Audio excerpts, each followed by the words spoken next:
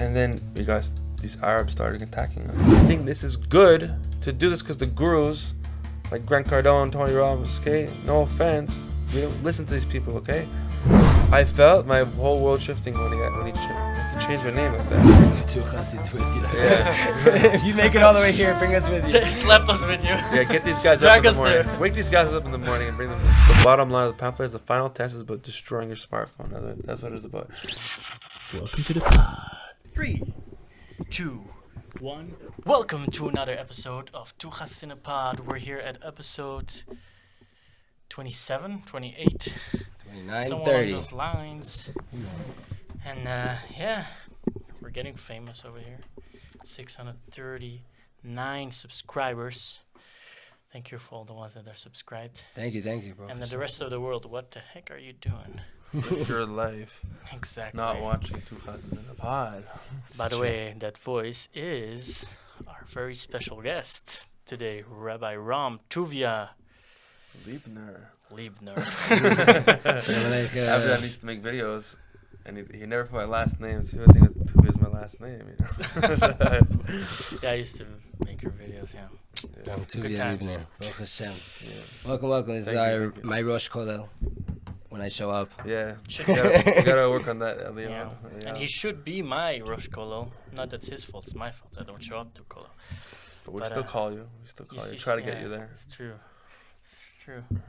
Listen, Tzfat, hard time waking up sometimes here. Yeah. Actually, a friend called me today, and he says he really wants to do tshuva. I actually went to a yeshiva in Yerushalayim for 3 weeks. He said like they would wake up every day at 5 a.m. in the morning. Really? And he did for 3 weeks. It's like, wow, kol hakavod. And what now? And it's like, broke. Broken, too much. Too much. And it's like, yeah, it sounds too much. What would you have as advice for?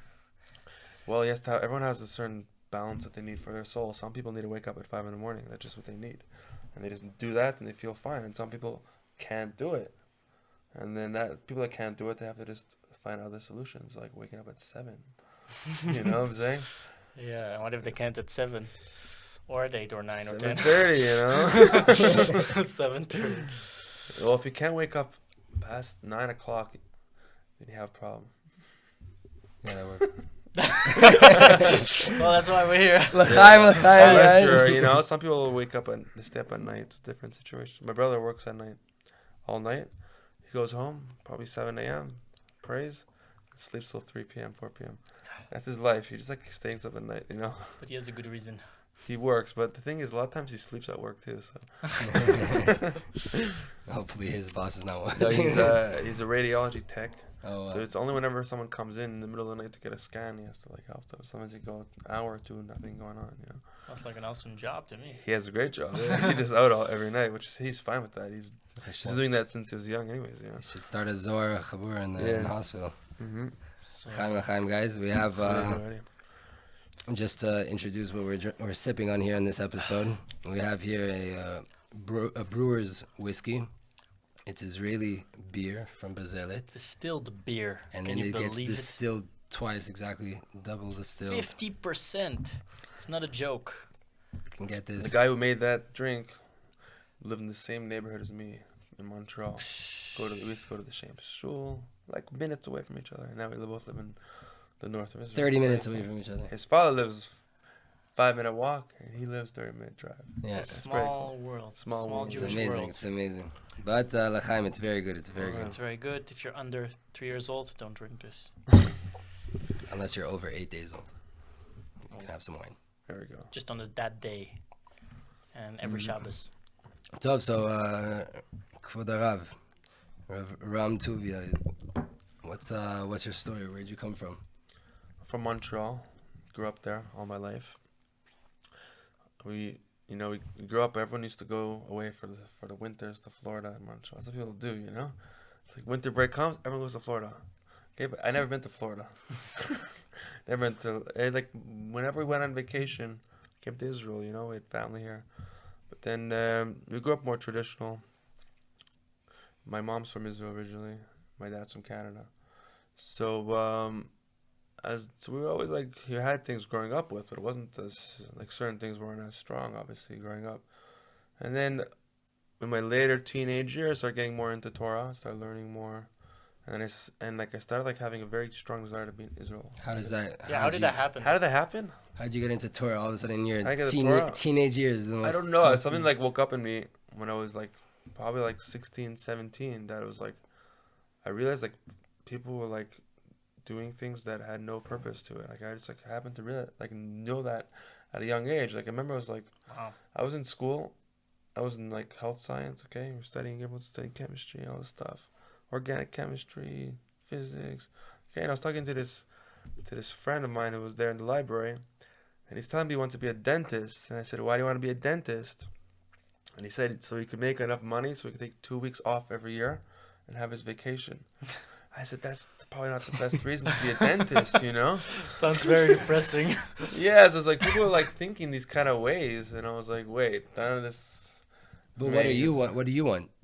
I didn't really know what I want because basically my mom wanted me to be a doctor at a young age. So that kind of like every good Jewish mom. Every good Jewish mom. So it stayed in my head she like really pushed it on me because she thought it was going to be good for me. So it stayed in my head for like a long time that as if I had to do it. So I had like conflicting things going on inside. Like one hand it's like, I have to do this, but on the other hand it's like, but I really want to do this. So it took a good amount of years to resolve it. But definitely moving to Israel was like a big step up to gain independence. When did you come here? So what happened was I actually had my bar mitzvah in Israel. It was like my whole family came. It was pretty cool in Tveria. My grandpa. Your bar mitzvah? Yeah, I had my bar That's mitzvah. amazing. Well, So I you didn't came move. before your bar mitzvah? No, No, you came, did it to do here. I'm just saying, yeah, we Ah. came a few times when we were kids, like a bunch of times, Mhm. and then we didn't go for a little bit. Then we all went for our mitzvah. You know, I have 4 siblings. It's like a larger, Like a trip. Yeah, we did a trip from our bar mitzvah, and it was like amazing. I'm like, wow, this was like Wow. the greatest place in the world. And then I think there was like 5 years I didn't go to Israel until I was 18. Okay, me and my brother both applied for birthright because my younger brother had his bar mitzvah that year, and we went to do it at the Kollel. So me and my brother go on birthright and like Free trip. yeah, so with the family later, you know. So I remember I applied 2 minutes before my brother, and then I got on a birthright trip, and my brother had to wait like months later until he finally got accepted to it. So it was like a waiting list, you know. It was like 2 minutes of a difference, like months of a wait. Wow. So we ended up coming. At that point, I was already like started keeping some mitzvahs, and then I came to Israel. I was like, What was your first mitzvah? my first mitzvah. Well, tefillin was started doing it at one point, like more seriously. I have a story about that. Tell us. Story is, you know, I was in a band throughout the years. Since probably I was 13, I was playing music in Montreal. And then when we were 18, me and my brother always were in the same bands. You know, we always played together. So actually, when we were 17, we met. There's this woman, you know, in Montreal. She was born with like kind of like what do you call like a psychic kind of gift. She was able to like tell stuff about people. So she always like says stuff and like it freaks you out. You're like, oh my gosh. She's like knows what she's talking about, you know. Like my brother used to like he probably still does in the winters. In Montreal, there's a lot of snow on the ground, so he like skid the roads when he like turn. He turned the curve and just like skid with the car, like. Oh, wow. So she would like say stuff about that, and she never knew that he did it, you know. Wow. So at one point, she was like telling us that we should start putting on tefillin at least once a week, and then we did. I started doing it even more often, and then me and my brother started putting out seriously, and then we were in a band at one point, and we started doing the band practice more. We started doing band practice, like our band practice was on Saturdays, okay? Shabbos, obviously. And Shabbos! At one point, I told my brother, I'm like, I can't do it on Shabbos anymore. I couldn't do it. And I didn't want to tell him the whole reason, just get all weird. Eventually, we started doing it on Sundays, okay? It took some time, but eventually that's what happened. And then, so at that point, me and my brother started putting on tefillin a little bit more often, okay? And then my 18th birthday came. We went with our band and like 2 other friends. Okay, the band was mainly Jewish guys, and we had like 2 friends that weren't Jewish that came with us. They were like just part of our friends, you know. So we went downtown to this concert on my 18th birthday. It's like this metal band we really liked came to Montreal called Born of Osiris. Okay, we're like yes, they're coming to Montreal. My birthday was like awesome, you know. So we went to the concert, and then after the concert, we were taking the metro, aka subway, back to our car that was parked like a little bit like a different part of town. And then we got these Arabs started attacking us. It was like intense. Like, kicked my friend, He kicked me. He like started beating my friend up, and we called the cops. Turns out there was a cop station 2 minutes away from where we were, and they came and they arrested them on the spot. But like, I think we were 5 people. Out of everyone, me and my brother were not touched, like hardly. So this woman that we know, she's like, because the tefillin you're putting on protected you guys. There's no like, they didn't, it's as if they didn't see you kind of. So we're like flipping about that, you know. But they did kick you, but you didn't feel. Yeah, no, but relative to everyone else, we like it wasn't that bad, but like one of the like someone like they didn't come up like with like broken bones, you know, it was like too short of a thing. But me and my brother were like pretty much not touched, and she's like, it's tefillin. So we're like, wow, it's like epic, you know. And then one of the things she told us at that point was that I'm gonna move to Israel. And my brother's gonna stay in Canada. We're not gonna play music together. At one point, we're gonna like split, basically, and like that's what happened. It just like naturally happened like that. So, at that point, when I was in Israel for birthright, and I was like, it's like the greatest place in the world. Like, and then every year I kept on coming back, and then I came back for the summer next year, and then I came back for a year in yeshiva. Okay, and then where I went to Mayanot for a year. Mm-hmm. I actually came to Israel to go to Chappelle's for a month. And then I switched over to Mayanot and I stayed for the year. So Mayanot is a Chabad yeshiva for Baal Teshuvos in Yerushalayim. Yeah. And Chappelle's is like more like open hashkafa, live style. It's more Gemara based, yeah. It's Gemara, but each Chassidus like this. Who's Chappelle? David Chappelle. David Chappelle's Is it called David Chappelle? Is it a David Chappelle? Actually? What's it called? Like the comedian? Like he started a yeshiva? No, maybe it's different. Maybe it's like his cousin or something. I don't remember what the guy's name is, but yeah, it was good. Thank God. It was good. Most comedians are Jewish, so maybe. It makes sense, yeah. So I went to Mayanot, and then I came just for the summer, so I only had summer clothes. But it turns out my mom was coming to Israel for a bar mitzvah of her cousin, so she bought me like a suitcase of winter clothes, you know? Oh, wow. So that Canadians was cool. know how to dress. Yeah, so that year in Israel was like unbelievably good. It was like the first time I had full independence. Yeah, David Chappelle. Yeah, David Chappelle, yeah. Actually? Yeah. Yeah. But it's not the David Of Chappelle course not. comedian. He's Muslim. What? He's Muslim, David Chappelle, the comedian. That's right. Not learning Gemara. Yeah, so anyways, that year was like one of the best years of my life. How old are you now at this time? Now, at that time, I Yeah. was 20, turning 21. Okay. So it was like the first time I was like by myself in Israel. And like, I had a lot of cousins in Israel because my mom's from Israel. So like, I went to like meet all of them, like go for Shabbos. My grandmother lives in Tveria. I would go like all the time to her house, actually once a month usually, and different cousins. It was like so amazing. Like wow, this was like better than any other place in the world. Like this is great. And like I had a cousin that my mom was there for the summer, so I used to hang out with my cousin for a bit. He's like in Kollel. He's been in Kollel for many years. Mom got all nervous. I'm hanging out with him, you know. She wants to be a doctor still, you know. Hanging with guys like. You're hanging out with the wrong crowd. I'm like, wait, this guy, you know, thank God, he has nice kids, he has a house, he has food, and he's learning Torah all day, and he's happy. I'm like, I don't know anyone else like this in Canada, you know. You can't be happy and live in Canada. Doesn't go together, you know. It's too cold, huh? Yeah. You see, like England and Montreal, the similarity between them is like depression, you know. Yeah. Makes sense. Same with Belgium. Yeah. So I was like, whoa, he's like living the real life, and like everyone's like doing other things that are like trying to get them to the real life, but they're not really living that life yet. And like I'm like, wow, he's doing it, you know. And then remember when I was with him, my mom was like going to see another cousin, and she was like taking a bus back to Lod. That's where we're staying. They live in Lod, you know, before all those riots happened. Baba Chaki. Yeah, so on the bus, she was with my sister. They're like, my sister was pretty young back then, probably 13 or something, maybe 12 even. And like, I don't know what happened. Some Arab guy started screaming at them on the bus. They got all freaked out. She came back to lunch. She's like, "You're coming to Montreal right now. You're coming home." I'm like, "I'm not going anywhere." Wow. Yeah. It sucks to have an experience like that. Yeah, that was bad. Like, you know, so. It happened in Montreal too. What? To you, it happened in Montreal too. So. Yeah. Listen, I feel much more safe in Israel than any place than in Montreal. No offense. No, that's 100%. Yeah. So. At least you have an army. So that year ended, and then I extended the ticket to the latest possible date. And then I was like scheduled, so to speak, to go back to Montreal to go to school, like university. College. Yeah, and then like my parents were like, oh, finally he's gonna do it, And then I ended up like, I was like, okay, I'm going away for like 2 weeks to yeshiva. I went to Morristown for 2 weeks. And then it's like, I'm like, there's no way I'm going to university now, you know? So I'm just like, I told my mom I'm staying, and she's like, parents were like upset, whatever, you know the story, right? I stayed there for a year, but I knew that it wasn't Israel. And it was like I got like the American like shock, like, oh my gosh, I'm in America. I never spent the year in America until that year. And it was like too much for me. I couldn't be in America.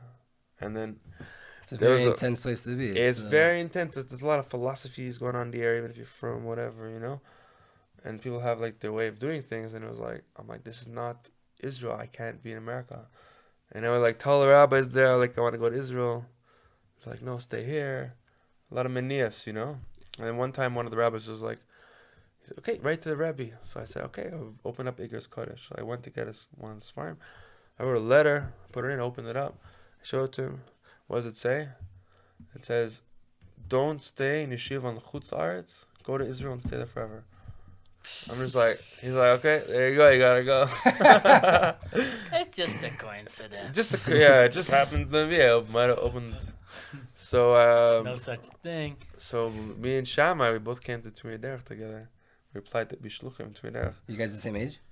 He's younger than me. I think. Maybe 2. And then, I just bought a one-way ticket to Israel. I'm just like, that's it. I'm going to Israel. That's it. I don't know what's going to be. Going to Israel. We were talking about philosophies in America, different philosophies. You talk a lot about different philosophies and how they're so harmful for us, and like how they really influences like all these like philosophy. And you see it in many movies. You see it everywhere, and it's like even like it's like just like so subtle. It's like everybody kind of knows so many philosophies from the Greeks actually. Oh man, yeah, it's bad. Yeah. You want to talk about? Yeah, talk about that. So, philosophy in general, like Torah has a philosophy. It's called Deot, like Deas. Yeah. And now there's like Deas that are like Amiti, and there are Deas that are like Kozev, which means like deceitful or like fake ideas. So like anytime you like a person opens his mind to philosophies, then he's like changing like the root of his system of how he believes. You know, because basically you could have like the way you do things, but it's always based on like what you believe. So like when you learn enough Torah in the right way, then the way you believe things change over time. And that's like having good dayas in life. And like when you learn philosophy, it just changes the dayas in very subtle ways that make huge implications in your life without realizing it until Amalek's all over your brain. I know this is very specific. I think it's a very big clip of philosophy in this area. It's like the big thing about abortion, right? Yeah. Like choice. And like who you can you kill, why not? It's all based on like it's not based on Jewish. It's not like or Judeo-Christian how they say like what America was founded on. But how did they come up with it? Is that it must be from philosophies, no? And the thing about philosophy is it says that you see it even in religious people talk about this. Yeah, they get infused with these ideas, and it talks about it in some Sfarim that basically people want to justify their own personal needs and personal pleasures. And they come up with really good sounding ideas that help justify these things. And if they took a good look at themselves in the mirror, like straight, without any BS of what they're looking at, they'll realize that they're living a lot of things false, like not according to the truth of Torah, you know? That's the bottom line. So you can make up the greatest philosophies, and its bottom line is to make you feel like you can do what you need to do. And without having someone telling you can't do it. You have a goal, you can do it no matter what, and you can come up with things. For sure, yeah. Good. And also, people are at pain with things within Torah. They had bad experiences, they had bad teachers, bad role models. Now they're just like in pain. Like I do a class on Sunday night on Zoom every week. Okay, and then I was talking to someone on Facebook that this person posted all these like things that seems like they needed like help with like Torah. So like I messaged them and saying like, hey, things you need help. The person was like so like rude to me, and then I was like, I said something that was like just like a very neutral statement, like agreeing with what the person was saying, and they're like, "You're disgusting." I'm like, "Oh my gosh!" It's like it's really coming from a lot of pain, but if someone like a normal person just saw this conversation, like, what's wrong with this person? You know, it's like crazy how they're talking. So, anyways, that's another part of it. So therefore, people. It's a very emotional generation. Yeah, triggering a generation. Yeah. I was getting triggered left and right. But what is like Torah-wise, like really, what is the problem with? Is there a spiritual aspect to learning philosophy that's damaging? That's, like. Yeah, it says if you learn philosophy, your soul could get stuck in those philosophies forever. Unless a great tzaddik comes and rescues you. Wow. Because you're opening up your mind to things that you can't open your mind to. And once you do that, it closes off your mind in the areas that you could open your mind to. So now you basically open yourself to something you can't understand, and then it blocks what you could understand. And you think so yeah, you're stuck in that knowledge. And also, you're not thinking of the end goal. What you're thinking of just the intermediaries of everything. Example. For example, like the end goal is like, as we know in Torah, it's like coming close to God. So it's like everything in between, like, oh, should I drink this drink? Should I walk on this day here? Should I do this? It's all, and you make up all these ideas based on that. It's like nothing to do with the end goal. You know what I'm saying? No, but part of the thing why people go into these things is because this is like when the Baal Shem Tov was alive, it says there was such a great light in the world that like everyone knew that God was with him, And it says when he died, already his students started saying the light is gone. And therefore, true Emuna became like completely concealed in this generation. So therefore, people's natural way of thinking goes according with science and the laws of nature. And they think that's the true aspect of life because we'd be conditioned based on the times we're living in to think that's normal. But it's actually not though. It's going to eventually switch back. That's why people have so many questions today and they don't know where to find the answers to these questions that they have. I feel a big question comes up over and over, and it's a big subject in today's age, is making money, strategies, what to do, how much more to work. Yeah. We were just talking about it on the walk. It's a good shaila. Basically, there's a lot to talk about in Torah about this, but the bottom line is there's two paths. There's the path called lechem min haaretz. Lechem min haaretz is when a person, let's say, has a skill. So it's like, let's say you're a coder, right? So you have to learn the skill of coding. That's what you decided to do for your path because you have certain tendencies towards it. You like it. So the only way you're going to make the proper money out of it is actually becoming really good at it. That's talking about skills. You have to like completely immerse yourself in it until you become, it's like you have to like rot like a plant, like a seed rots in the earth in order to grow a plant. That's what you do if you want to gain a good skill.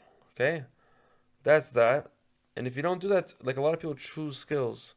If they're just like, oh, I just want to make money out of it. I found that mistake too.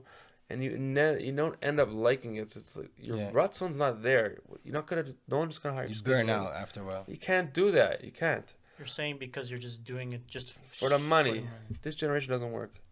Second thing is, you could do something as a business. Okay, now when you do something as a business, it's interesting when you say this generation doesn't work because they're up until now pretty much you could do that was the way of the world. Jobs, If you have a trade, right, your father did it and your grandfather did it and you did it, so you don't really know if you like it or not. You don't care about that. You just do it. But it was simpler back then. Like when the times of the Rambam, he says first get a profession, then buy a house, then get married.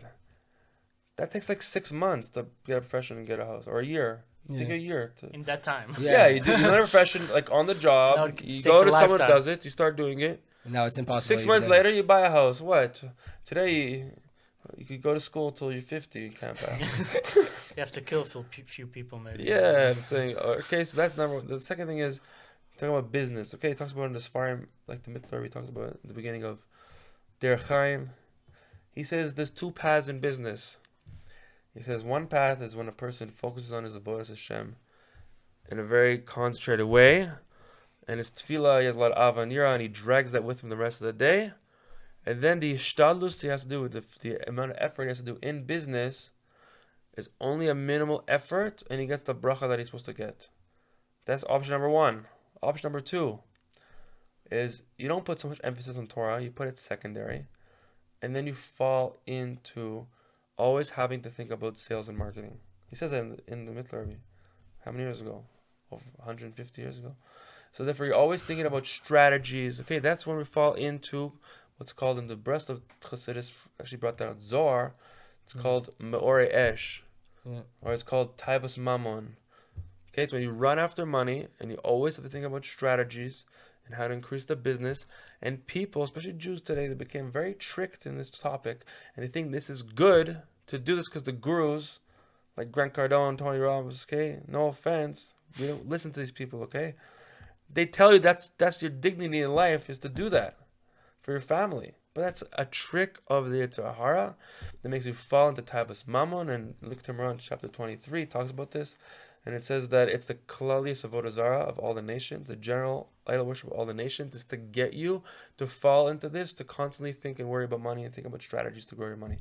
So don't listen to Tony Robbins, Gary Vee. You can't listen to these people. They don't know that you could live in a Shkacha Pratis. They don't know that. It's like beyond where they could reach. Yeah, and Emuna starts where they end. Yeah, like it's brought down. The Tzaddik brings down that why can't a non-Jew say Shema Yisrael like a Jew could say? Because their souls come after the tzimtzum. It's not shaykh for them to even talk about it. You can't. What? So you can't listen to these people for advice on business. I mean, it's maybe a few little strategies, but it's not the way to even do things. You know. Chokhmah begoyim tamin, Torah begoyim al tamin. So the Torah is like the philosophy of why you're doing the business, and the chokhmah. Okay, if you do this and this and this, you'll be successful. Yeah. You can listen to that. But even then, he's gonna tell you do this strategy, this strategy. Okay, you can believe him that it works, but it doesn't mean that you have to do it like him. Because especially in our generation, people gotta do their mission now. Okay, the guy can't tell your mission. He doesn't know the tikkun of your soul. He doesn't know it. How is he going to tell you that? Let's say, for example, as an example, this podcast, right? Maybe our mission is to have a good podcast and reach out to a lot of people. Yeah. Then to what extent do we have to study how to do the recording, the camera? How skilled do we have to get versus how do we leave it up to Hashgacha Prati, to Hashem, and just learn Torah and just It's a really good question that I was thinking about for a long time, and I think there's no answer that's clearly for everyone. Every situation is a specific thing.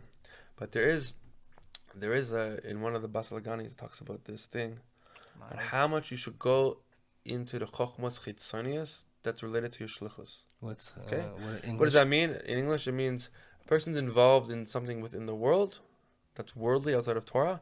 How much do you have to go into it that's still kosher for you not to fall away because you're going outside of Torah? Because you want to bring Hashem in those places.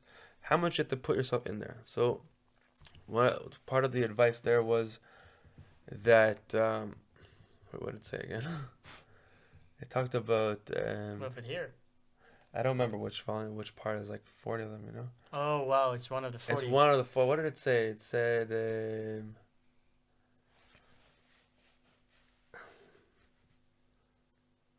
I think it talked about the person, how much in terms of his own personal feeling, he's going too far in it. He knows he's going too far in it. Which means truthful with yourself. Yeah, you know, at one point you could wear pants that are too long on you. You know what I'm saying? In a trip. So you have to know within yourself how much you go that won't affect you. Which means you always have to make a gvul on these things. Don't believe that. That's the source of why you're going to be successful because of this. 'Cause actually, in Torah, we believe that Hashem brings up bracha down. You're going to reach more people. You're going to bring more bracha down. So that's the source of all the bracha in Torah. So now you're doing a thing for shlichus. You want to do it professional. Yeah, but don't go overboard too much to, watch YouTube videos all day how to do productions and stuff. You know what I'm saying, guys? I do. No, then you're going too far. You have to make a gvul in your brain. It's a very hard thing for us Ashkenazic Jews, not you. For us Ashkenazic Jews, that's why philosophy is dangerous, all this stuff, because you don't make a gvul in your brain. You go beyond the boundaries. There's an Indian. I heard once that there's you have it in the Navi as well. In Ovadia, it talks about how the north was in exile to Ashkenaz, and in the south, the Negev was Sfarad. It's in Ovadia. It's in the Navi, right? So but I heard once that someone said that the tribes went from the north, and that represents the Ashkenazim in the world, and the Sephardim, like Yehuda and all the south, was the Sephardim. So the difference was that in the north, it's all chokhmah and intellect. Okay. And for the Sephardi, it's all heart and regesh, and it's all emunat chachamim. It doesn't need to make sense to me. Right. It's like he's a tzaddik, he's a chacham. He's the truth. Tony Robbins is nothing. No, they believe if you grew up in Morocco, learning Zohar at 5 years old, hanging out with Tzaddikim, doing miracles. Yeah. All these other people are nothing. Chips. Yeah. Nothing. You don't look up to them anyway, you know? What about you? It's true. I'm good. I'm slowly making progress. This is 50%, guys. We can't forget that. Yeah, it's true. But think about it, then the other 50% is water, so it's actually really healthy. So you're basically drinking water. Exactly. If you drink half the bottle, you only drink water. There you go. L'chaim, Fine, guys. fine. So anyways, This is really deep. Another point of this topic. Look at Timoran, it gives you a lot of psak dinim and ruchnias. It tells you straight up. You don't, no more guessing now. So Torah Zion, it's one of the most, it looks more simple Torah. Look to Maran. Yeah, but he just says something, like very important information relating to this. He says, first of all, he says that Israel is a place where a person could use tefillahs, and he could connect to having miracles in his life. Chutz Haaretz is like Egypt in general, and there's no miracles. It's all just teva. So you can't do tefillah. Can't do tefillah. It doesn't work the same way. Okay, and then he says, but in order to have tefillah, you have to come to emes, and to come to emes, you have to get the proper advice. In order to get the proper advice, you have to talk to someone who has proper advice. And he says someone who doesn't have proper advice, so his advice is always mixed good and bad, and you receive advice from that person. Zuhamat nachash means the defilement, the pollution of the snake. So what does that mean? It means you could get advice from someone. It sounds all good, because the good aspects maybe sound they outshine. They could help you. Outshine. It sounds like it could help you because it makes sense according to nature. Okay, but the bad part enters in the mind. So you're literally getting zera from the person's brain. If someone's giving you advice, it's like he's giving you the seed. Okay, and therefore you're receiving one that's mixed good and bad. It's implanting into your brain. Okay, so be careful. That's what I'm saying. Okay, You don't want their seed. The good and the bad is like that comes from the idea of halacha, right? It's also Rabbi Nachman says you have to learn like poskim. You have to learn like, and it's not just like the pilpul. It's the the final psak. Yeah. Bottom line, what do I need to do? So like, That gives it clarity. ties into it, no? That the gives tzaddik clarity. does that. He learns halacha all day. Yeah. A lot. They learn big tzaddikim. You see when they're learning. Most time they're learning like pshat. Yeah. You What don't, to you do, won't see yeah. them learning their sod stuff. Yeah, there's a lot in Even halacha. the big Hasidic Rebbes, you would think, wow, they're probably learning Chassids all day. Like I talked to one of the rabbis here, and like he's learned so much Gemara. I was like, whoa, I'm so surprised. Most of the day they're just learning Gemara. Yeah, most of the time in Nigalus, you got to learn more Nigla than Nichstar. Until on Shabbos, do the opposite. Yeah. That's how it is. But yeah, halacha basically separates the good and the bad again, gives you clarity on what the truth is. It fixes your imagination and your brain that makes up all nice ideas that sound cool but are not real. Can we get an example of how halacha separates the good and the bad? Well, just to break it down for the people. Yeah, I mean, it says basically that when Adam and Rishon ate from the tree of knowledge, so good and bad got mixed in all the worlds, okay? So in order to fix the tree of knowledge, you have to go into halacha, because halacha basically clarifies a certain point, and the clarification of that point actually separates the good and bad in the spiritual worlds when you get the clarity. And therefore, it separates it inside of your heart, which could be the doubts in your heart. A person has a lot of doubts, a lot of questions. Now, it settles them every time you get the halacha psak, settles doubts. And then it also settles all of the imagination that comes from the behema in the brain.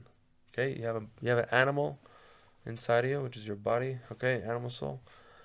And your animal could make up very beautiful Torahs, but they could be completely false. This amazing idea I came up with. Yeah, no, but you have a lot of people. They speak very great chidushim, but it says that it could be completely coming from the animal. Smoke on Shabbos, you can get to such heights. Such madrigas, yeah. But if you learn the halacha, then it says like, oh, you cannot do this, you cannot smoke on Shabbos. Yeah, it so that's gives part you of clarity, right? Part of the behemish part is basically talking about living on Tzfat, There's a general problem in the world, but you see it sometimes here, is that people feel that they became spiritual, and then halacha feels like contrary to their spirituality.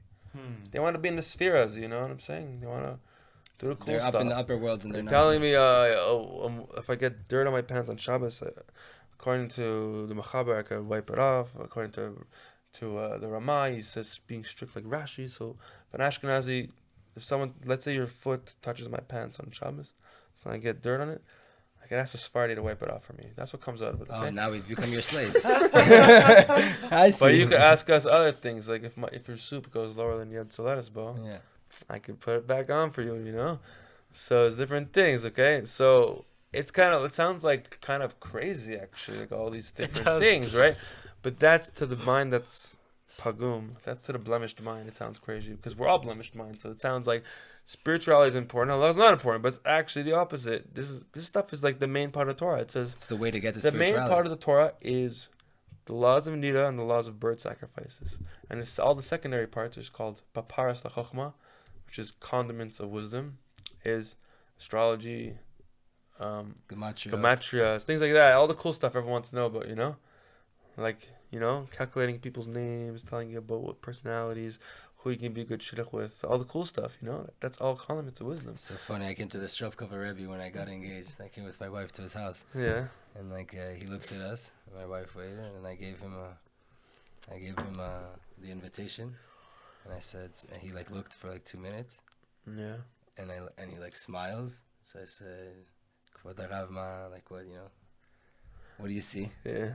And he was just looking at our names. He's like, when you called me a few weeks ago and told me the names, I already knew it was good. But now when I see the names, it's okay. Oh, that's big. He came to my wedding and everything. No way? Like, yeah, it's that's amazing. so cool. I had a story that too.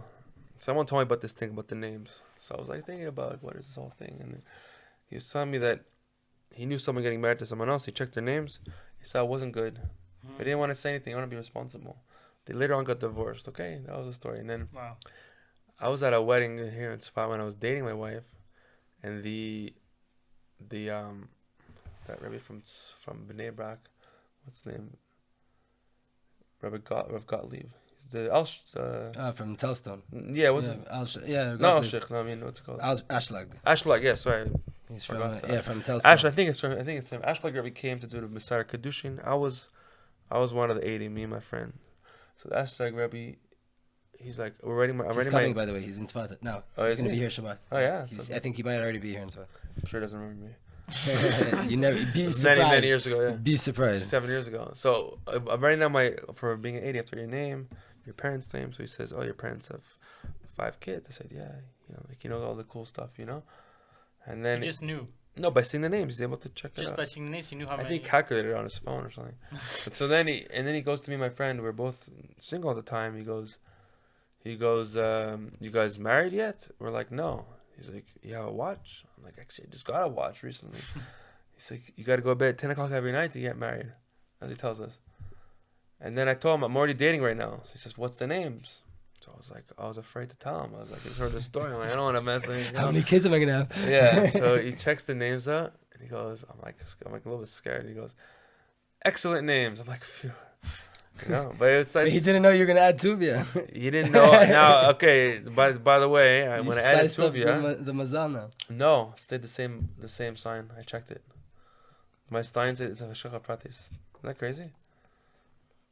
Out of I guess it's 7 or 12 signs, depending on which one you did, I stayed the same. So it's talking about your name, changing your name. Why did you want to? Do you want to talk about it? Yeah, we can talk about that. So when COVID came to the world, I was doing my online business, like we were talking about before. I was like, wasn't my passion in life, you know? So it was I wanted to change, but I didn't know how. So COVID came, and then I had to make a change, and it was a very difficult change. Hard things were going on at the time when the transition, unknown situations. I was so then I was thought maybe I should add a name, and my English middle name is, take a guess. Moses? No. Well, Jeremy? No. I mean, it's Pierre? It might sound like Tuvia, you know, in English. Toby? No, close. Anthony? Theodore. Yeah. Teddy. Yeah. So my middle name is Theodore. You Zionist. You know? That's such a king's name, Theodore. Theodore, yeah. So I was what's his name from? I called my grandmother in Montreal. I said, "Where's her name?" No. So her uncle named Theodore. So I said, "What's Uncle Teddy?" Okay. I said, "What's his Hebrew name?" So my grandmother's "It's Tevia, the Yiddish version of Tuvia." Oh. So I was maybe I should add Tuvia. So I was thinking about the name a little bit, because Ram is it says it's Keter, you know, it's the moichin, And Tuvia is Gematria Leiv. I was like, wow, it's like perfect, you know? Connect the two together. So I was telling Zalman Traxler, but maybe I should add a name. He added a name at one point and like helped him, you know? So he was like really into me adding a name. He thought it was a good idea. So then it was actually like just a year ago on Dalet Av, I added a name, 4th of Av. Wow. Which was like a year and a few days ago. Day before the Arizal. Yeah. Ariel Margulis' birthday, and we were at his house that Shabbos, by the way. So I was telling Zalman before Shabbos, I was like, maybe I should add the name. He's like, yeah, I'll give you a Leah. You add the name, it's going to be all good. Before Shabbos, I called him. I said, listen, I'm not ready to add the name yet. I need to wait till after the 9 days. So I was like, it's a big deal to add a name, you know? Shabbos day, we're sitting in shul. He goes, Vayamod Ram Tuvia ben Baruch. I was like, what? I felt my whole world shifting when he changed my name like that. It was like all my energy started shifting. I was like, I didn't know what was going on, and I was like, I felt like dizzy. I was like, I didn't know what happened. So we were sitting around Margulis' house after for the Suda. Before that, you were feeling normal. Yeah, totally normal. And then I was like kind of out of it all day. I didn't tell anyone what happened. And then Motzei Shabbos, I was like, I had like no energy. I remember my wife went out, and I was like fell asleep. I was like, I feel like a different person. And then something happened. Like someone like parked in front of our house in the door. And she was like trying to call me. I was like sleeping. I was like completely out of it. And someone was like, and she started like banging the door, and she started like climbing the car or something to get into the door. And the car started like driving and something. I don't know what happened. She came inside. She's like, "We're not answering. What's going on?" I was like, "I don't know. Like I'm out. I'm so tired right now." And then I was like, "Okay." He added my name. I didn't know what the status was, if I was really that name or not. So I was like talking to a few friends, and I got the email of Rav Yaakov Meir Shechter, you know, he's like the guy to talk to about names. So you could actually email him. You have to write in Hebrew or Yiddish. So I emailed him with the whole story, what happened, and then his Gabbai emailed me back. And he said, it's good for me to have the name. Bracha v'atzlacha, it'll be all good. So then, boom, that was my name. But it definitely took a week to settle into it. It was like a new landing into a new person. It was pretty crazy. Yeah. It's amazing. It's amazing. That's crazy. Simple things like this, you know, they can completely. We think it's just, you know, it's some physical thing. Yeah, it changed my life. It actually changed my life. It changes its energy because they say that the name, right? All the letters of the name are the Tzinorat Shefa, like they're the pipes of the abundance to come down. You just said it changed his life. Besides that, you didn't feel like so well that day. How did it change your life? I mean, like I was doing things I didn't want to do before. He became a Rosh Kollel. And like I just like so. Good point. What happened was a month later, which was Rosh Chodesh Elul, I was like, I'm starting a kollel. I'm like, you know, like I was talking to Yom Tov about it, and he's like, out of all the things that could make sense, do the thing that least makes sense, and that'll work out in Tzfat, you know. It's like I start kollel, you know. So I started kollel, and people started coming like at the beginning. Like people came every day, half day kollel. I came. You came. In the beginning. Yeah, a bunch of people came. It was cool, you know. And then it was just like, I was like, okay, let's do some fundraising. Like nothing really happened. I made a video. You made a video. It was a great video, yeah. And then like, check out the video about the kollel. If you want to come to Tzfat and join a kollel, amazing kollel, best kollel in Tzfat. Thank you. If you don't believe it, we'll put the link on the video. Yes. You'll see how awesome it is. Yeah. Thank you. Bring the two Chassids with you. Yeah. If you make it all the way here, bring us with you. Slap us with you. Yeah, get these guys up in the morning. Wake these guys up in the morning and bring them with you. So I was just basically, I said, I'm going to be, Hashem arranged the situations that I was able to basically just do it. Like just do a call out, not worry about anything else. So I was like, that's all I'm doing right now. I don't know what's going to be. This is what I'm going to do. I just like threw away all my chokhmas and everything. And then I was teaching. I was like, oh, you just stopped working? Yeah. So what happens with your family and money, parnasah? Hashem arranged the situation. I got grants for Corona for my business in Israel. And then like a few other things, like a little bit of money from the call at the beginning, it started coming in. So it was like, it almost like just like everything, all the words of money kind of went away. I was like, whoa, like I never experienced that before. It was like a miracle. That's what it says, you know. You dive into the Torah, awesome. they take away the yoke of Derech Eretz. I took on the yoke of Torah, Derech Eretz. Wow, it's amazing. It's like went away. I'm like, whoa, this is like a million times better than taking the yoke of Derech Eretz. That sucked. And Literally sucked. I remember around that time, also like talking about like taking the yoke of Torah and like really like putting Torah first. Yeah. Like around this time, also a bit before that, even I already like started like taking on more and more subjects of learning Torah. I used to learn 15 subjects a day, no? Exactly. I remember that. I kid you not, during that time, I made the most money I've ever made in my entire life. Yeah, I mean, I did it. I remember at this time I had like different debts because of Corona. God, like cancel clients and like I was basically everything was eventually like clear without. I did one business transaction the whole time, basically. Like, you know, it was like crazy. Same thing. And that didn't even work out so well, you know.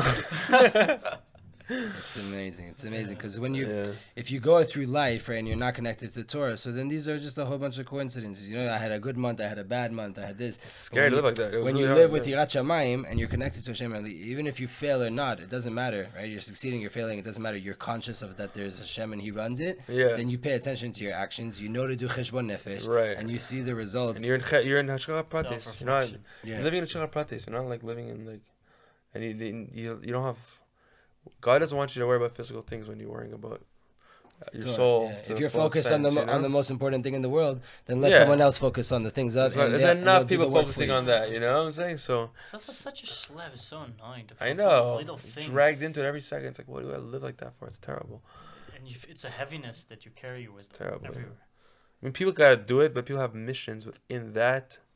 They gotta mavar some sparks, derech zvulun, which means business. Okay, some people gotta do that, and that's Chaim great. to Tzfat is still Chaim.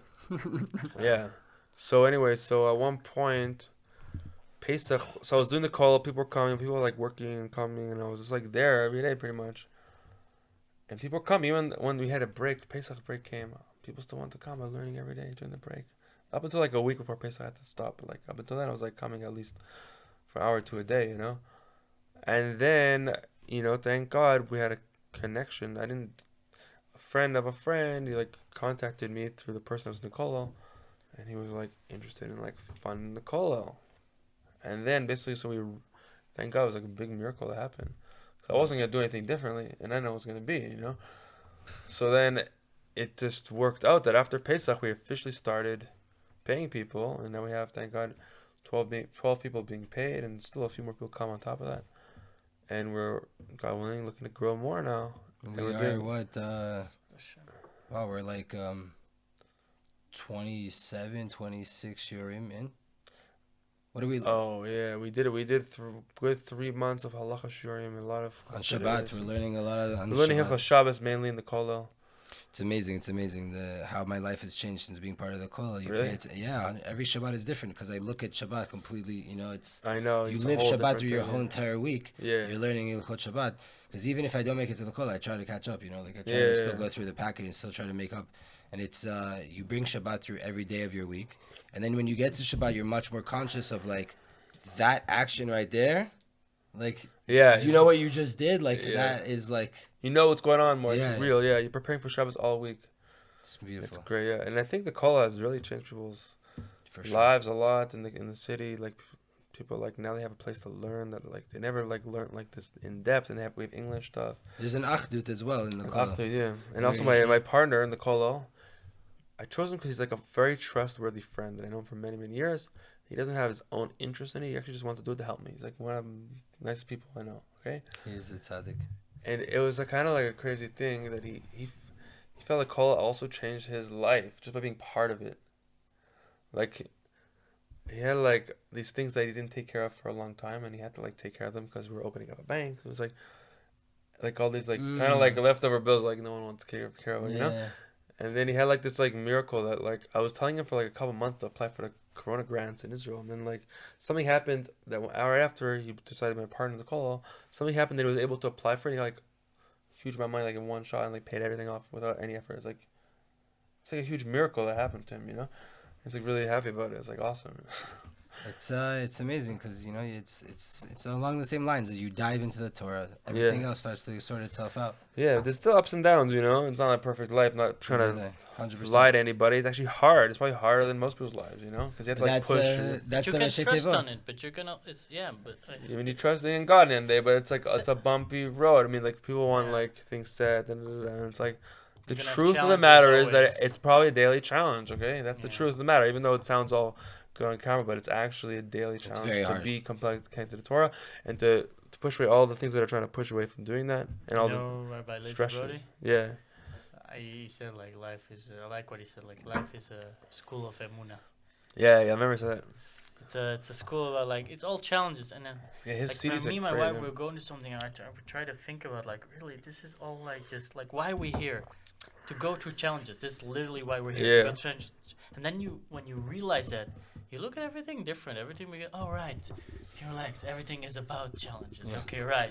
Yeah, That's why we're here. It's hard. That's why we're here. it's true. It's true. But- Yeah, it's but not. it Call does- life is not an easy life No. in any way. You know.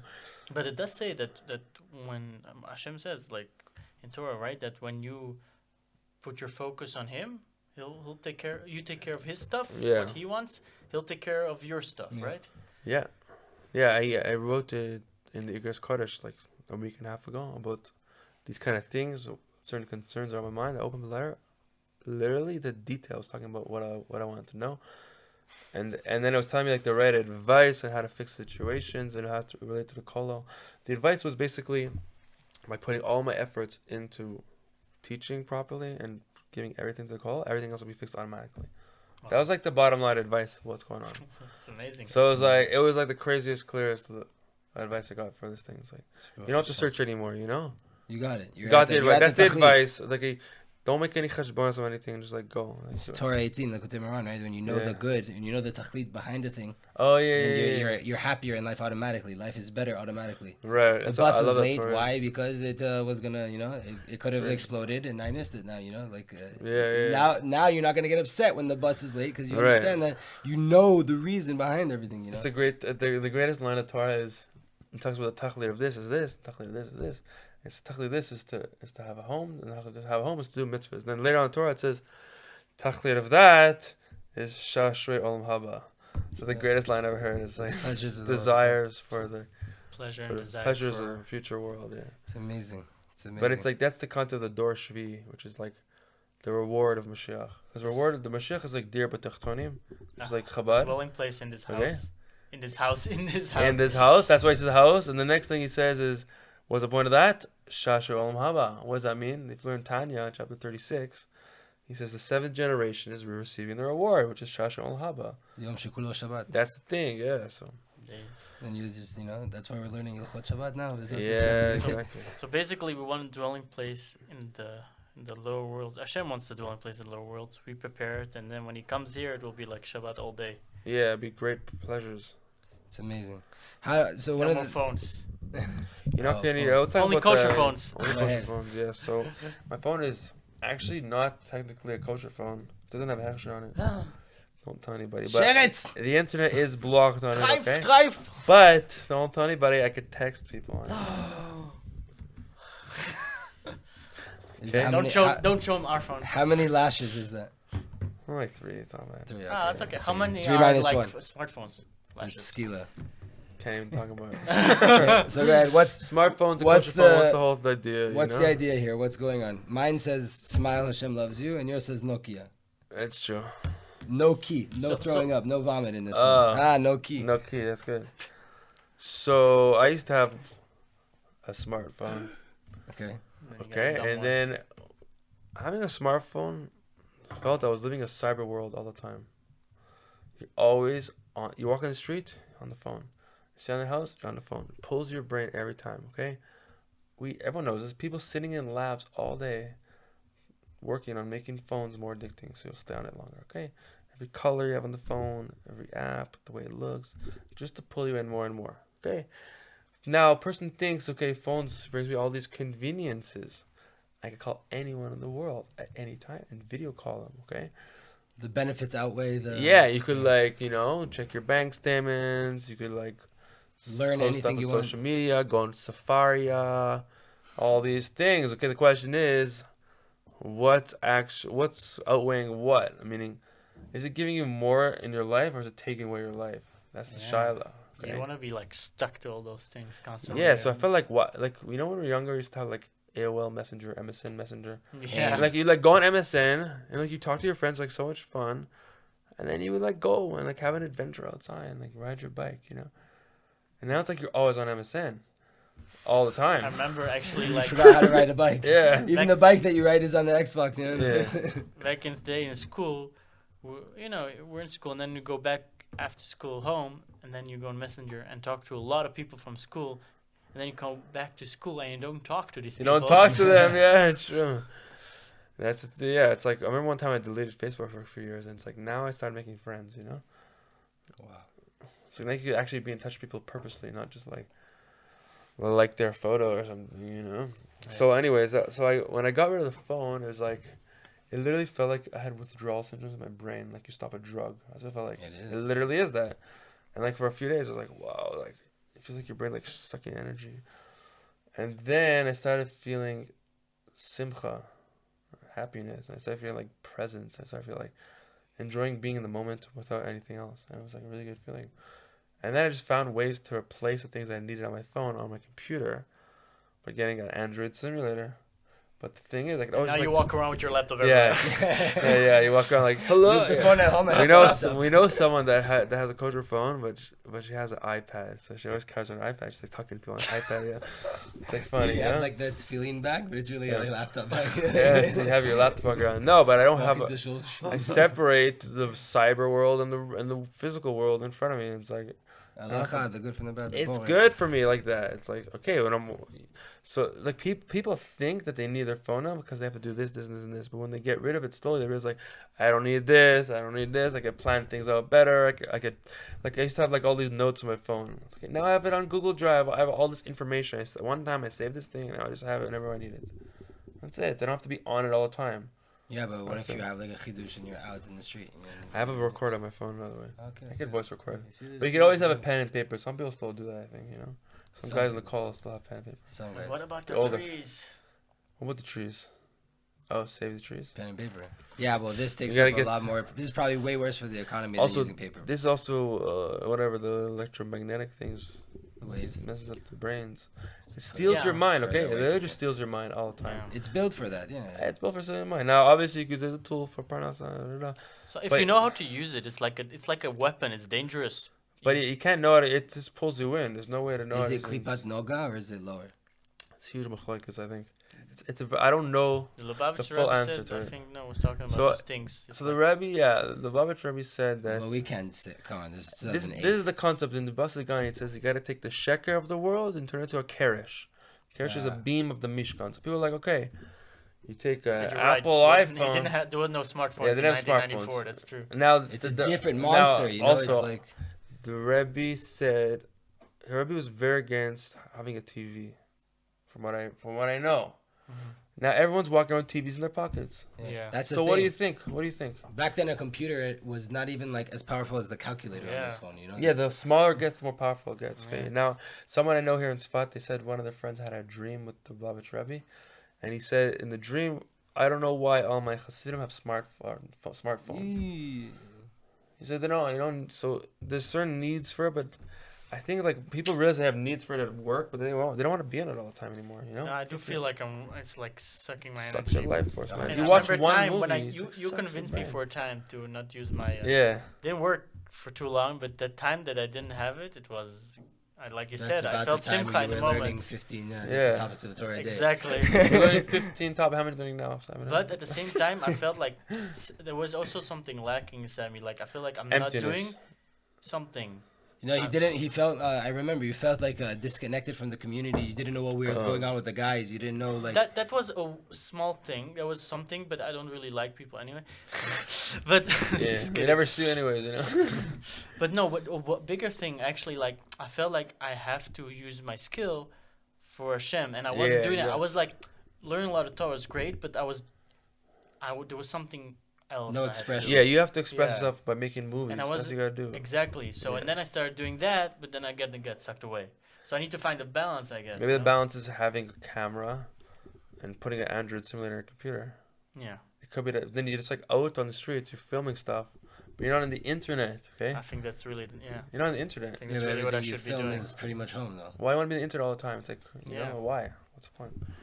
You can't be down on yourself. You're home a lot. So another point is... me and my wife really talk about we don't want to be on our phones also around our son. Like, we don't want to... He's like already grabbing for the phone. I know. My daughter knows how to use... My daughter uses my phone. She's my wife's phone. She like starts like pushing stuff, you know? She's like 2 almost, you know? She knows how to use it. But it's like... Yeah, there's a woman in Crown Heights, I think she made a movie about all the kids that grew up with smartphones and their childhood are ruined. So they just had a virtual childhood. Yeah, I don't want that to happen. Sucks, yeah. We were talking about when our son gets smart enough, we just throw our phones out of the window. That's hilarious, yeah. It's hard to do Gil it. Scary. But another point is, with Rav Morgenstern has a pamphlet. I think I talked to you about we talked about one time. Yeah, you should. I don't know. It's called the Nisayon Acharon. No, not that So- precious alcohol. It's called the final test. And he says the final test is the bottom line of the pamphlet is the final test is about destroying your smartphone. That's what it's about. He says basically in our generation, you have all the taivas and they're all in one place. Typhus meaning desires. All the physical desires, they're in your phone, okay? Meaning you have access to all physical desires in one small thing. So if you destroy one thing, then you actually destroy all the klipas. And he says that if you do that at that moment, you're literally at Tzaddik Gamor. You become Complete a savage. complete righteous person. And he says also a person thinks, oh, I got to make money with the phone. I got to do shlichus with the phone. Da, da, da. It's actually blocking all the parnasa. It's blocking shidduchim. It's It's blocking shlichus. It's blocking shlichus. It could be It's like just distracting. there's a certain way to do it. I'm Yeah. saying you don't need to be on your phone all the time to do that. So, Yeah. so he's like a person saying, "Oh, I need on my phone for parnasa, so I need to like do this, this." But then you fall into the taivas mamo, and you fall into the fire of money all the time. And when you get rid of it, it's like, wait, I don't need to do all those things. And then you have bracha, okay?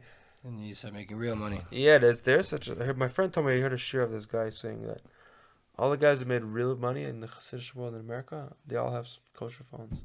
Yeah. It's like crazy, you know? And all the hustlers are the ones with Your phone, you have to do all these extra steps all the time. That's the thing with technology. Yeah. All technology in the pshat, like, Dan Lakafsu, judge them favorably. Yeah. These companies are face value trying to make our lives more convenient and easier. But really, because they're doing that, then it opens us more time to be able to do more things, and we just end up doing nothing. We just end up it's like doing nonsense. it's like when machines came out. It's like now we don't have to work anymore. But now we're spending more time programming machines to work. You know. Exactly. By the way, you were talking about hustlers, and then I remember, I don't know what you were gonna say, but I'm thinking like even the hustlers, the drug dealers, the really rich drug dealers, No they have smartphone. 103 kosher phones. Do they? Yeah, they always have to throw another one away, get a new one. So they can't get tracked. Yeah, exactly. it's hilarious. Yeah, you can't get tracked on it. This phone, if you sit down, they know you're sitting. If you tie your shoe, they know you're tying your shoe. No, so one of the things Rav Morgenstern says, he says the kalipa always comes before the fruit. I mean, the negative aspect comes before the product. So what's the fruit coming down to the world? It's the organuz. Yeah. What's the organuz? Is your ability to see from one end of the world to the next end of the world, and even to higher worlds. So he says the cell phones is basically the kalipa coming before that and saying, oh, look, you call your mom in America, you call your cousin, FaceTime. call your cousin in China, whatever. Since Eventually, when do your we soul's going to have to do that by itself without the phones, okay? Like the tzaddikim can already do And it now, now. I know what you're thinking, okay? In the book of Eov, when he got sick, it says all his friends knew he got sick. So how do they know that? It's because it says they had machines they were able to see each other on. Androids. It was Androids, yeah. I knew it wasn't iPhone. But What it could be like like what machines? they had like phones and stuff. They had because they had at one point they had advanced technologies like in Egypt. Like Shlomo Melech Some also, right? according to Arizal, the Eov was at the time of the splitting of the sea. Yeah, he was one of Pharaoh's advisors. Yeah, so he probably got some stuff from Pharaoh, like the machines and stuff like that. You're telling That's me not that when Rav Alonovat makes jokes and says that we didn't want to leave Egypt because of the internet and cars it's and actually emes. holy. It's true. They had advanced technologies. They had advanced spiritual stuff. They had metaphysical laws. They were doing all these meditations. All the law of attraction stuff was like big stuff in Egypt. They were doing it all day, all night. And then little Jew boy comes and he goes, "We're gonna destroy you guys with our sheep." You know, I'm gonna and that's kill their your god. sheep. That's their god. And they're the most powerful nation on earth. And then we won. You know, so it's like. But It was a very nice barbecue and that. Yeah, right on the door. Yeah, But I know that's it's crazy though, because it's like there's so many things with addiction. I think this is like, in the end of the day, the smartphone, beyond like connection, which is a very deep thing that humans. But how many want. times do you call people in a day besides voice messaging them? No, I mainly avoid calls. That's why smartphones. I mainly avoid calls, and you feel like you're not really talking about. You listen to messages recorded from people. Yeah. Someone messaged me today, and then I saw his WhatsApp status was like, "Please don't send any voice messages." He's probably just got like so sick of voice messages. When I do it, listen to 2-minute message and hold your phone up. It's like a slave to a freaking machine, you know. I left someone a voicemail the other day. Probably never gonna listen to it. No, most likely. But now, What does actually, it mean? people need to talk to me. They call, and like you talk to people live. And it's like a human connection that you have. Yes. And people don't really have that so much today. It's like What's a afraid. They're human afraid to face connection? each other. You know, truth. It's true. It's true. So, one topic that we have to get to, Yeah. and is a thing that I've experienced very much with you. Is it the ice cream thing? Nah. Yeah. By the way, stop buying Ben and Jerry's. Let's say we're done. Why with not? that. That's it. What if they're half off? No. Ooh, this is a big challenge. It's a big challenge. Make us get about Big it. challenge. Yeah. What do you, okay, yeah. So We'll talk- before we go deep, what do you think? What do you have to think about a company Roger. saying that we're not going to deliver anymore to the heart of and soul of It's Jewish terrible. land? For some reason, the other side, everyone was on the side of the other side, which is like the left side. Okay. They have the upper hand. That's just the gullus we're in. There's a chapter in Tanya talks about this thing. How the klippas control the kedusha. That's just the state of affairs. So they say they can say whatever they want, be as mean as they want. We say one thing, all of a sudden we're bad people. That's it. What are you gonna do? So it talks about this in the Sfarim that the way to beat their ayin hara on you is by judging them favorably. Yeah, That's the whole secret. Yeah, that's the secret. They don't like you. They want to take you down. You know, that's the truth of the You matter. still have to judge them favorably. You judge them even though favorably. they want to take you down. Yeah, They you make say- good ice cream. They you make say- good ice cream. That's They say, listen, they're concerned about peace in the world. They say, you actually literally judge them favorably, and that throws up everything. That's what you gotta Maybe make they sense. really care about it. Maybe deep down they really want peace. They're just doing it the I wrong went to way. the Jordan River today, okay, Wow. with my kids for their trip. They went to camp. They asked me to come, and there was like tons of Arabs there. It was like crazy how many Arabs there were. It was like kind of scary because we were supposed to go in like at 10:30, and it was like a huge area, just like full Arabs. And then they eventually like talked to the guy in the front, so they all like split the seat for us to walk through. We like walked through, I don't know, like staring at us, and like it was like a little bit scary. And then they were like rafting in the Jordan River with like hundreds of Arabs around us. Really, it was like an interesting situation. At one point, like one of them was like swimming, and then like he literally like jumped on my boat and he's like sitting right in front of me. I'm like, hello? What? It's like Yeah, he jumped on my boat. Why? Because I think his like It's like a friends, sea lion. his like, friends pushed him off the boat, and he was like swimming, and he wanted to get back to his friends, and I was going fast. It's like, so he like By jumped. accident. No, he No, like on intentionally. purposely, intentionally came onto my boat, and then I was like, he didn't know any English and he didn't know any Hebrew. So then he was like trying to like tell me with his like hands what was going on. I think what he's saying is like his friends pushed him off the boat. Help me, save me. So he wanted me to like bring him back to the boat, and he ended up being like this like nice guy. Like Yeah, I'm sure. I was like, I'm like Muhammad. He's like, no, Ahmed. Abdallah. Abdallah. I'm like Abdallah. That's a Rabbi Madia's name. Nice. Didn't even get offended. Yeah, so it was fine. I like that, but yeah, that was it's just interesting They situation. have the upper hand. Yeah, in a certain way, But yeah, so It's Ishmael, Yado Bekol, his hands in everything. Why? Because his father's the Tzaddik, Avram, yeah, and his mother's one of the top witches in the world from Mitzrayim. combine the two. So you have a hand in there and you have a hand in there, Yeah, So you yeah, get yeah. from both sides. Exactly. So, So what are you so saying? what I was going to get to is just lahavdil, the both sides. There's, two very popular chassidut in the world that are known, Chabad and Breslev. Yeah. And Which one is right? To the point. Let's get to the point. No, Good question, good got it. question. That's not at all my question. No, That it's could not be such a his. But question is like you know them from my experience with you, my conversations with you, and my learning from you and seeing you. You know both of them very well, and oftentimes it can seem that some people, it's either one or the other, and you kind of walk with both of them in your right arm and your left arm, or in your head and your heart. Right. So what is your advice for people that I think it's a beautiful thing, and I think it's a very admirable thing that more people should embrace. So how do you get to that of like seeing it as not this or that? But It took a lot of time, and actually at the beginning of my tshuva, I like both. Like what am I supposed to do? I know exactly how you feel. And when I went on Birthright, this funny thing, the Chabad Shliach in Montreal, he wanted to give me like some Torah books to take with me. So what did he give me? Outpourings of the Soul and Look at these Sikhs. I had them both on the bus, Birthright. So what I feel is that first has to realize there's no contradiction.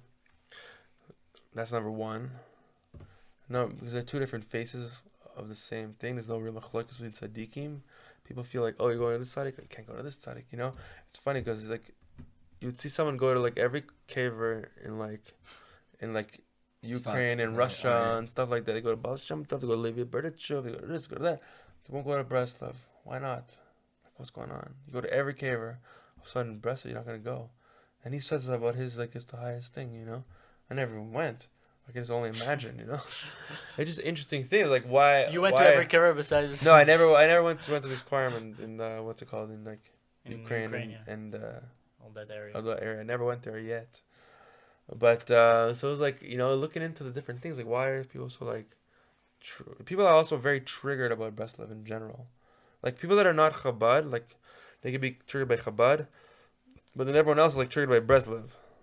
It's like, why is everyone so triggered by it? So it's like, in the Svarim, like in Likutei Halachas, Shabbos, Halacha Hey, he talks about it.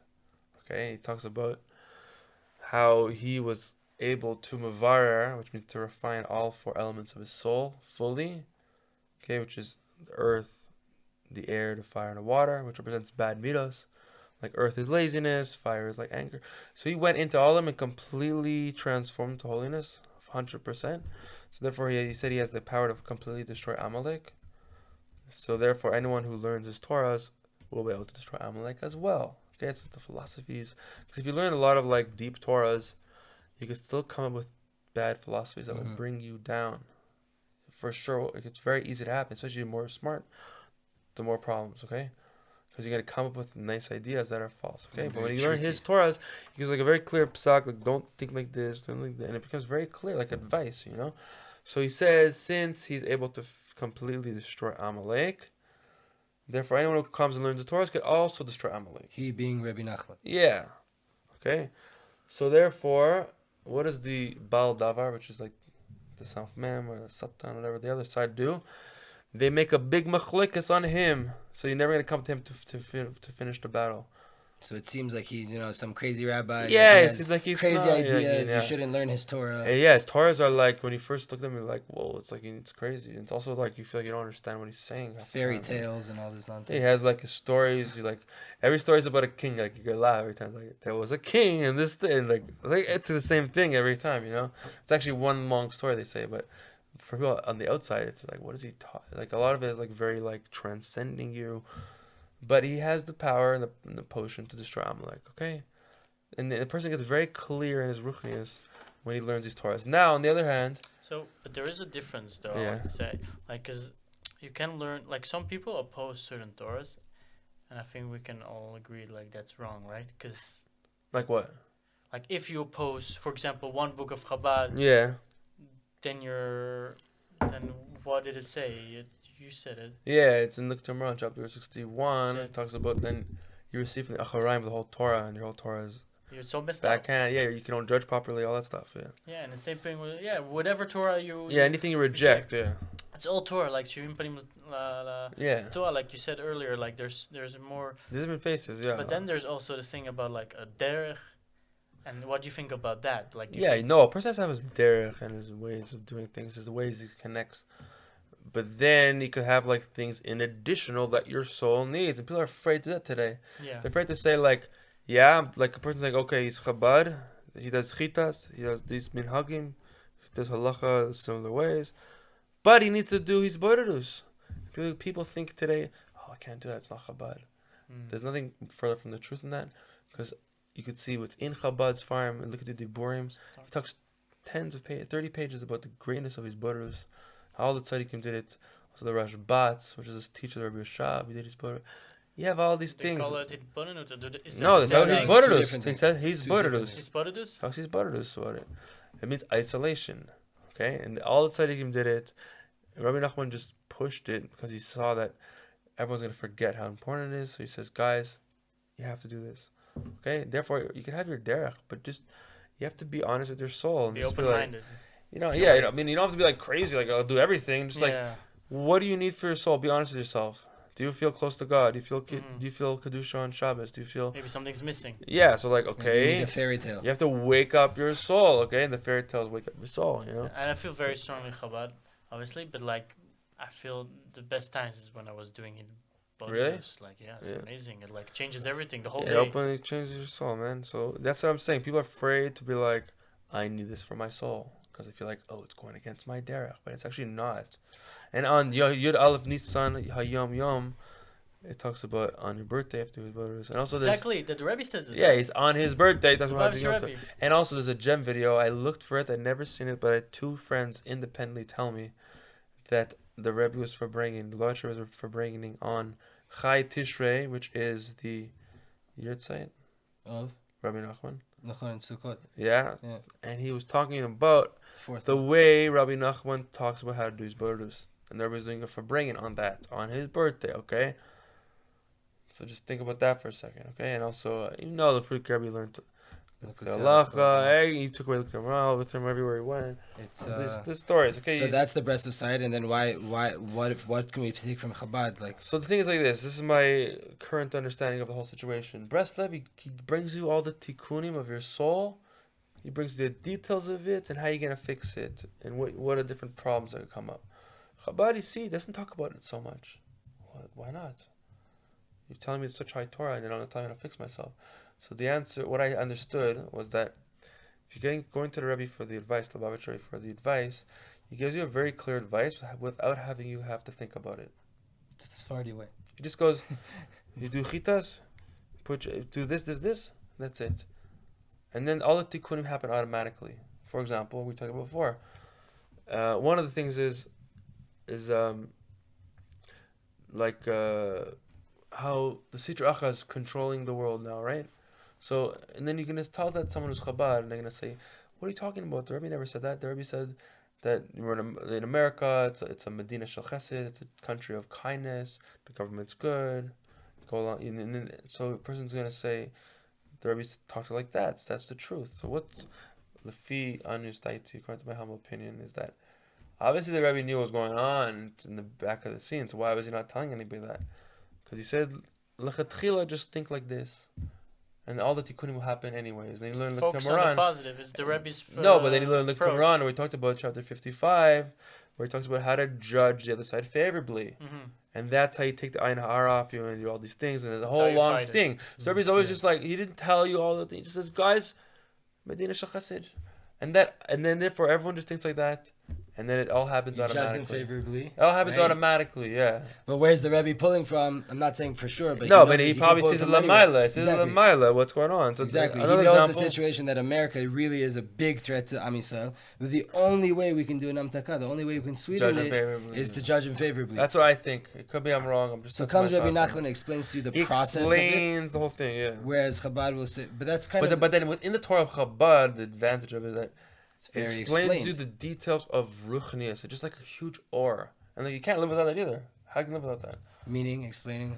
Meaning, you want to understand, like they say, if you ask Rabbi Nachman what's going on above in the higher worlds, he's going to say, I swear I don't know anything. And then they say, if you ask the Rabbi Rashab what's going on in the higher worlds, he says, I can tell you everything what's going on. So that's Chabad Chassidus. It tells you everything what's happening in the higher worlds. And Rabbi Nachman...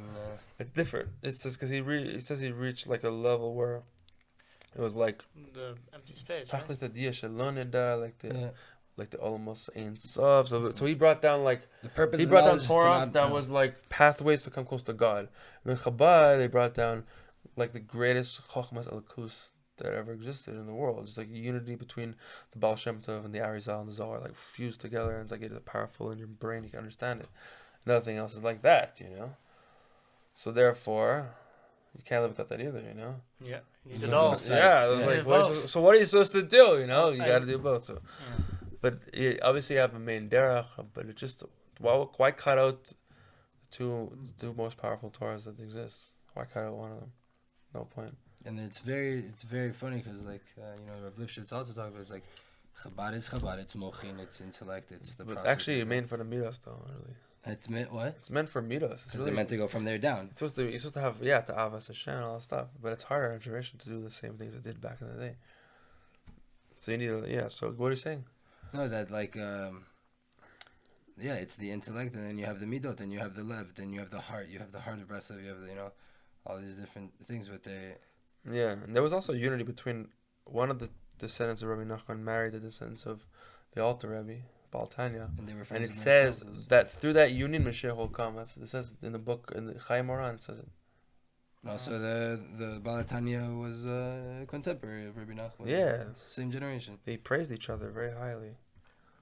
So basically, everything that's preventing the average Moshe, Aaron, and Shlomo to come close to either of these tzaddikim, whether they're connected to one or connected to either, is the idea that because it's such a good thing to connect to these tzaddikim and to learn from their Torah, so there's an energy that's injected into the world to make it seem as if there's some kind of beef between them, or as if there's some kind of controversy around one of them, and then it prevents the average person from trying to even come closer to it, because it just looks like, okay, there's something going on there. I don't know what it is, but it sounds shady. Yeah, but that was Moshe's life. That was Moshe Rabbeinu's whole entire life. Moshe Rabbeinu, they all had huge bechlokas for years and years. Moshe's like, guys, I spoke to God just now, and that's what he told me.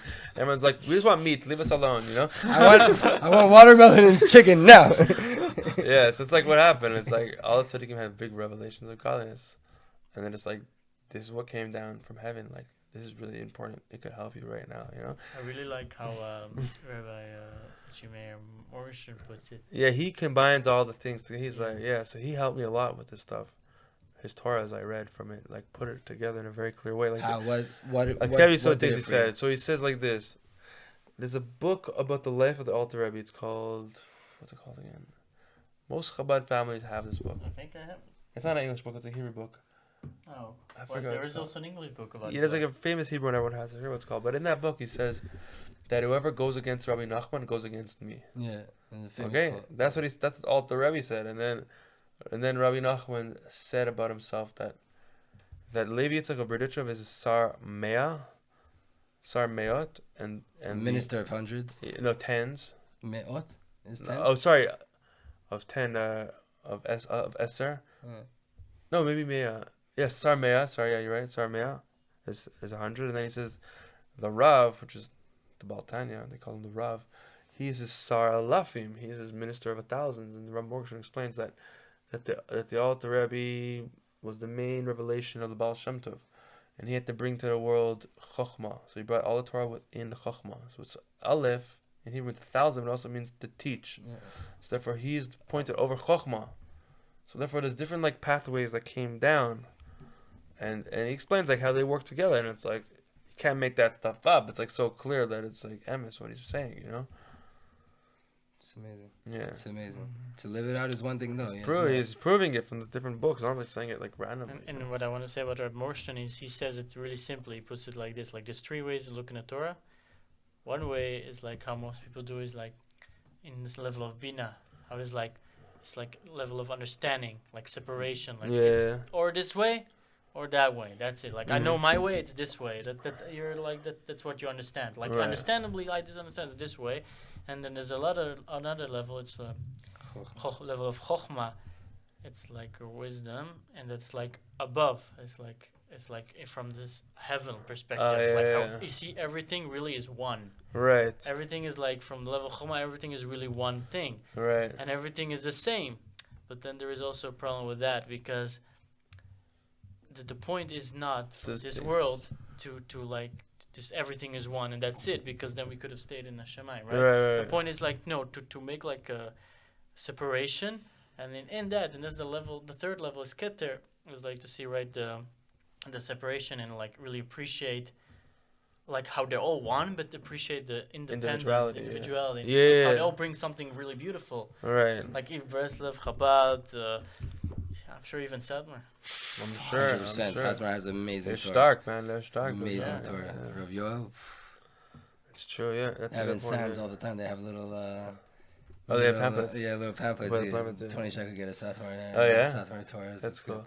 Yeah, I mean, the thing is, like, okay, is this like a general hurrah for everyone to go? If you feel satisfied, like, you don't have to do it. It's like one of these things that are like, if you have to like be ready for it, because... Yeah, but how you're would taking you even on know? a different... How would you even know if you don't, like... Some people are satisfied within their tzimtzum that they're living in, so let them be. Unless they want to know. obviously it's good to like teach them stuff, but like, say you have like a literature guy that he loves learning Gemara and halacha, and he doesn't want to do anything else. So let him be a psak. Let him be a posek. That's like good for him. He doesn't need to know. He's afraid the way he is. He's gonna come to the emes halacha through his tmimus and belief in chachamim. He isn't, and Mashiach comes, we'll learn everything else. You know what I'm saying? I mean, it's a disadvantage to a certain degree, but at the same time, he's like, he also has his purpose. yeah, it's his purpose. Yeah, so it's like. It was the Marchu that said it, that like if people came back to this Google and they don't want to learn Pshat, they just want to learn Pnimiyut, it's because they already like They already did it already. The Al-Sheikh, that's the Al-Sheikh. He He came back and he already did all the Pnimiyut, so he had to come back and do, I think, Drush. He did Drush. He has the Chol Chumash. He has a whole. He has a Drush, yeah. He did Drush, yeah. But there's another example I thought of recently about this whole Chabad and Breslev thing was like, okay, the whole generation in Chabad now is like all about shlichus, right? That's like the whole thing. It's like the yechida of your nefesh, going out to help another person. Now, if you learn Lik Timra in chapter 59, okay, it talks about the Heichal HaKadosh, the holy chamber you're going to make. And how do you do that? Through bringing other people close. Okay, and what does he talk about? He says there's a certain danger there.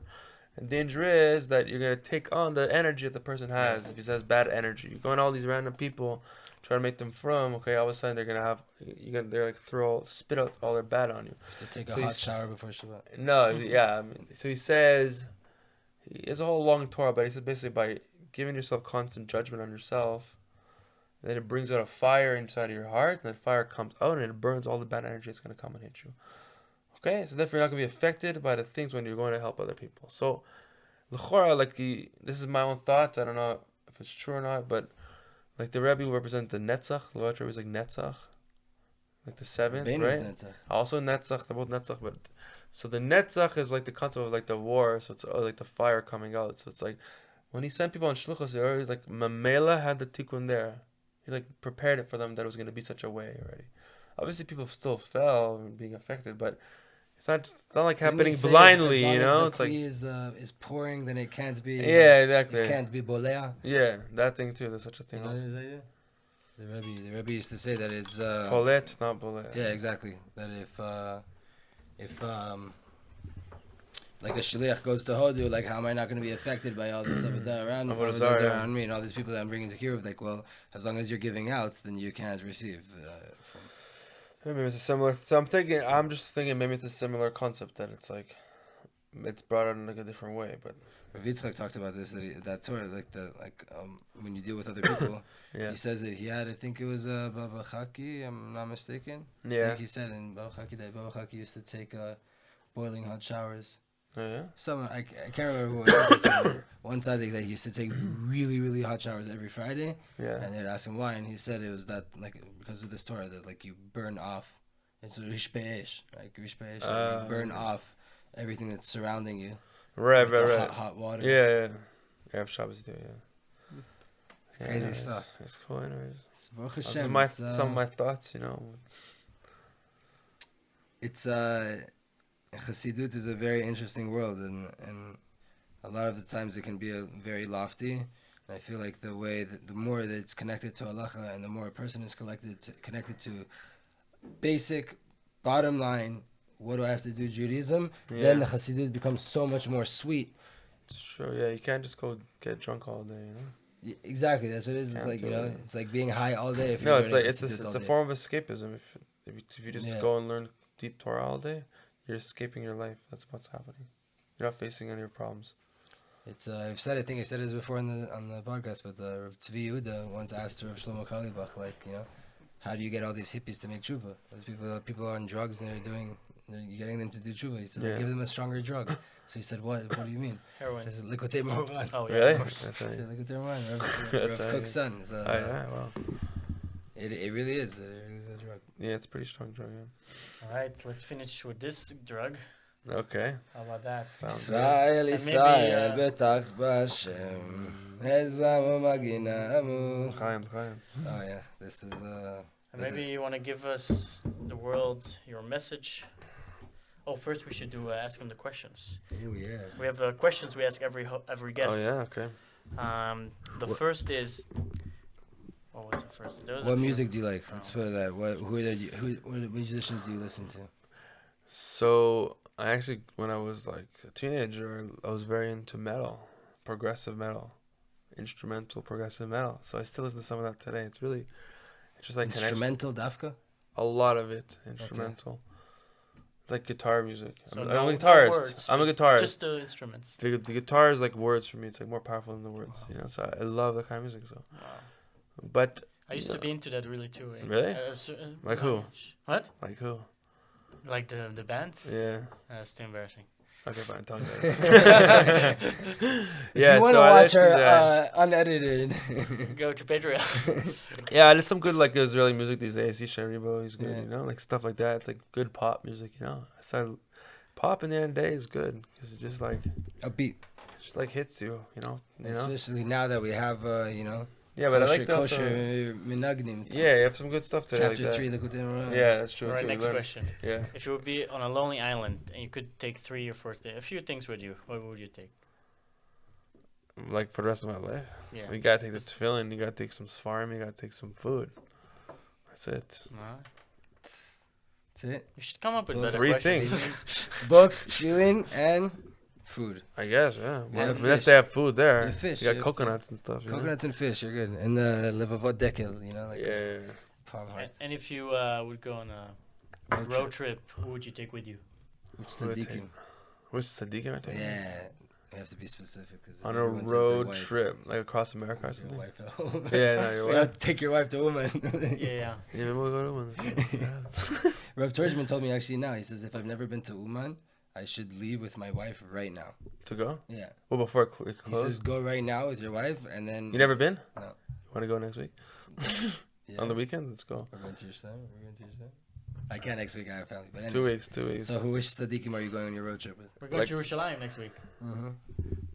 Stay tuned for that. You going? Podcast is going on a I'm trip. taking this tzaddik on my road trip next We're week. going on a road That's trip. cool. Podcast road Can't trip. wait. We're starting to take a road trip. Well, listen, you want to do a little kvitzas aderech, so you take the Baba Sali for that, Yeah. you know? No gas. No paying for gas. Yeah, you know what I'm saying? Baba Sali. That's it, one, no? No, I mean, like, Nah, no, it's you gotta take go. Chabura, take bro. the best ones. You take the Bauch Rebbe, you take Rabbi Nachman. Shlomo Melech would be awesome, you know? That's a good bunch. You know, you take, like, Yaakov, you know? You get a 7-seater, you know? It's like, The Nanach van. yeah. Yeah. Or you get one of the Volkswagens, Chassids, about 10 people, you know? Station wagon. Yeah. Say there, van. Okay. Here to, And now what's your message? exactly. Rabbi, My world. message. what are you gonna say to the people? Rosh Kollel, Rabbi Ram Tuvia. The message Leibner. is that the person has to let go of their own calculations and start living their life. That's it. Chaim. Fine. Chaim. Like and subscribe. Share with your friends. Buy Golani whiskey. If they need to know not to use your, if you know a friend that uses their phone too much, Or share listens it with to them. Tony Call us up. Robbins. We'll give Center of Mortgage. We'll chop it up for them. We'll cut. If you have a You go friend to- listening to Tony Robbins, send him Ram's way. Get them If away. you want to come to Tzfat, to Israel, hit us up. Join our Kollel. Wake us up in the morning so we show up as well. It's a late call, guys. That's pretty late. Yeah, no, not for me. I'm the earliest. I'm meant to be the earliest. Yeah. Vizat Hashem, thank you so much. Thank you. May, for having me. It's been a while. It took time for us to happen. Yeah, Yeah, finally we got here. It was awesome. Yeah, it was great. It was great. Big things, it take a long time. The miniot on the way to the Tzaddik or learning chassidut. That's Yeah. it. Thank you guys so But much. because we had so many miniyot along the way, like to get here, once we had him here, like the setup went smooth. Islat Hashem. And once with no editing required. Let's not keep talking. Well, We'll see. We'll see. not on your guys' part, but Yeah. I still have to do some editing. Bracha v'atzlach, everybody. Share, like, subscribe, comment. And if you want to send some schmeckles our way, some Give them the shkalim, link. Send the Shkalim. link. support. We have To be we have clear. a link below. Anything you send to our PayPal, we will be donating to the Kollel. Anything that Oh. comes from this episode. So V'ezrat Hashem, the link's going to be below in the description for our PayPal. Send the I didn't agree to shekels, this. dollars, euros. And we'll be supporting some Torah learners in Tzfat, learning the secrets and the simple way of life. V'ezrat Hashem. Chaim, Chaim. ding. Bing. Welcome to the club.